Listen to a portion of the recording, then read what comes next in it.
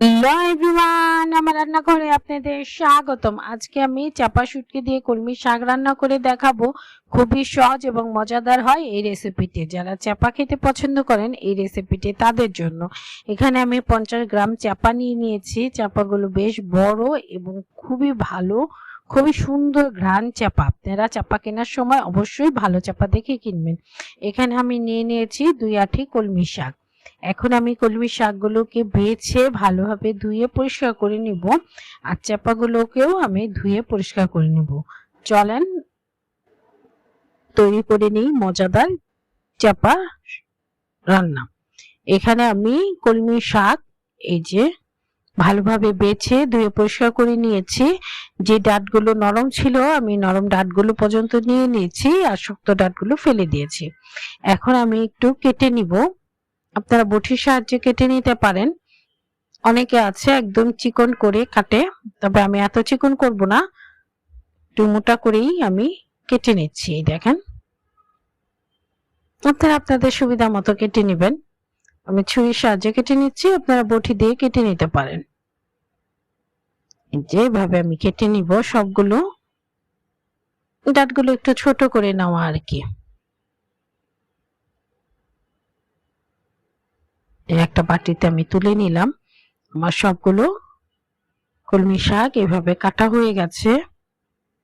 দেখেন কাটার পরে কত অল্প হয়ে গেছে। আর এখানে আমি 2টা পেঁয়াজ কুচি করে নিয়েছি বড় সাইজের, আর 2টা বড় সাইজের রসুন কোয়াগুলো খুলে আমি কুচি করে নিয়েছি।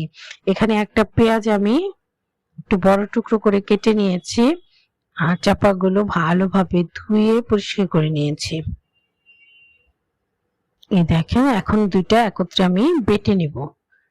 চাপা আর পেঁয়াজ একত্রে বেটে নিব। এই যে বেটে নিয়েছি, আপনারা ব্লেন্ড করেও নিতে পারেন। আমি একটু পানি দিয়ে ভালোভাবে বেটে নিয়েছি। এই তো, এখন আমি তৈরি করে নিব মজাদার চাপা রান্না। যারা এভাবে খাননি কখনো কলমি শাক দিয়ে, তারা করে দেখবেন, খেয়ে দেখবেন, অসম্ভব মজার হয় এই চাপা রান্নাটি। এখন তেলটা গরম হয়ে গেছে, 2 টেবিল চামচ পরিমাণ তেল দিয়ে দিলাম। এখন পেঁয়াজ কুচি দিয়ে আমি একটু তেলের মধ্যে ভেজে নিব। পেঁয়াজের একটু কালারটা চেঞ্জ হওয়া পর্যন্ত। আমি লাল করে ভাজবো না, শুধু পেঁয়াজের কালারটা চেঞ্জ করে নিব।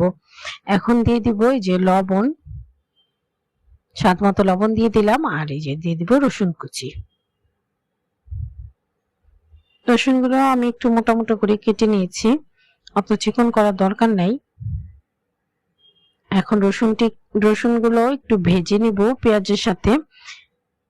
ভেজে নিয়ে এখান থেকে আমি এই যে আস্ত 2টা কাঁচামরিচ টুকরো করে দিয়ে দিব এখন। তাহলে সুন্দর একটা ফ্লেভার বের হবে কাঁচামরিচ ভাজার। এখন আমি ঢেকে রেখে দিব পেঁয়াজ রসুন একটু বাদামি কালার হওয়া পর্যন্ত। এই দেখেন একটু একটু বাদামি কালার হয়ে গেছে। বেশি কালার করব না, তাহলে রসুনগুলো তিতা লাগবে। এখন সুন্দর একটা ঘ্রাণ বের হয়েছে। এখন আমি একটু নেড়ে চেড়ে দিয়ে দিব 1/2 চা চামচ হলুদ গুঁড়া, 1/2 চা চামচ মরিচ গুঁড়া দিয়ে একটু আমি নেড়ে দিব। চাপাতে অন্য কোনো মশলা দেওয়ার প্রয়োজন পড়ে না। চাপাতে এমনি একটা নিজস্ব ঘ্রাণ আছে, অন্য মশলা দিলে এগুলোর ঘ্রাণটা নষ্ট হয়ে যাবে, ভালো লাগে না। তাই খুবই সামান্য মশলা দিয়ে চাপা রান্না করতে হয়। এই দেখেন, আমি ঢেকে একটু মশলাটা কষিয়ে নিলাম।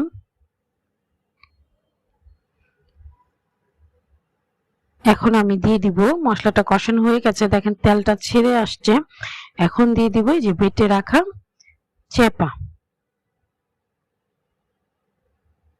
এখন একটু নেড়ে দিয়ে যে বাটিটা ছিল সেই বাটিটা একটু পানি দিয়ে ধুয়ে আমি দিয়ে দিব। সামান্য পরিমাণ পানি দিলাম। এখন নেড়ে চেড়ে মিশিয়ে নিব, সে ঢেকে রেখে দিব চাপাটা কষে আসা পর্যন্ত। এ দেখেন, ঢাকনা খুলে আমি একটু আবার নেড়ে দিব। এখনো কষানো হয়নি, তেলটা উঠে আসেনি, আর একটু ভাজা ভাজা হবে। এখন আবার ঢেকে দিলাম, ঢেকে দিয়ে আঁচটা কিন্তু মিডিয়াম টু লোতে আছে, নাহলে পুড়ে যাবে। এই তো এখন দেখেন একদম কষানো হয়ে গেছে। এখন দিয়ে দিব শাক, কলমি শাক। শাকটা দিয়ে একটু মশলার সাথে মিশিয়ে নিব আমি। মশলার সাথে মিশিয়ে নিয়ে এখন ঢেকে রেখে দিব। এখানে পানি দেওয়ার প্রয়োজন নাই, কারণ শাকের থেকে পানি উঠবে, সেই পানিতেই শাক ভালোভাবে সেদ্ধ হয়ে রান্নাটা হয়ে যাবে।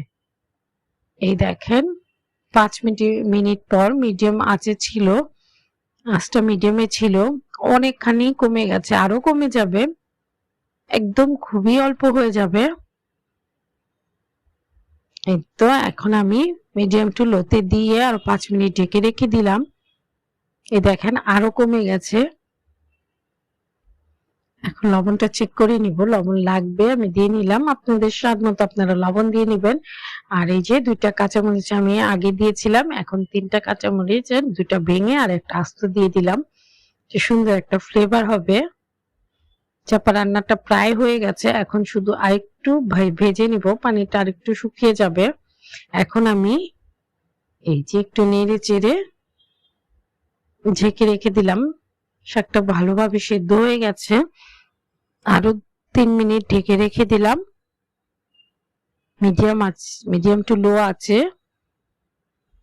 এই তো এখন আমি শাকগুলো এমনি সেদ্ধ হয়ে গেছে, আর একটু ম্যাশ করে নিব চামচের সাহায্যে। দেখেন এইভাবে চামচটা দিয়ে শাকটাকে ম্যাশ করে নিতে হবে, ডাঁটগুলো একদম ম্যাশ হয়ে যাবে। আপনারা ডাল ঘুটনি দিয়ে কাজটা করে নিতে পারেন, তবে শাকটা ভালো সেদ্ধ হয়ে যাওয়াতে চামচ দিয়ে একদম ম্যাশ হয়ে গেছে, এরকম করে ম্যাশ করে দিবেন চামচ দিয়ে, মানে ভর্তা করে দিবেন, তাহলে শাকটা খেতে আরো বেশি ভালো লাগে। এই দেখেন শাকটা ভাজা ভাজা হয়ে গেছে, নিচে লেগে যাচ্ছে, একদম তৈরি হয়ে গেছে আমার মজাদার চেপা দিয়ে কলমি শাক রান্না।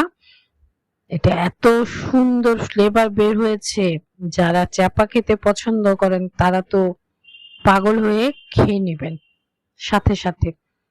এটা দেখতে যত সুন্দর হয়েছে, এটা খেতেও তত মজা। যারা এইভাবে কলমি শাক দিয়ে খাননি তারা রান্না করে দেখবেন, খেয়ে দেখবেন, খুবই মজা এবং খুবই টেস্টি হয় এই রেসিপিটি।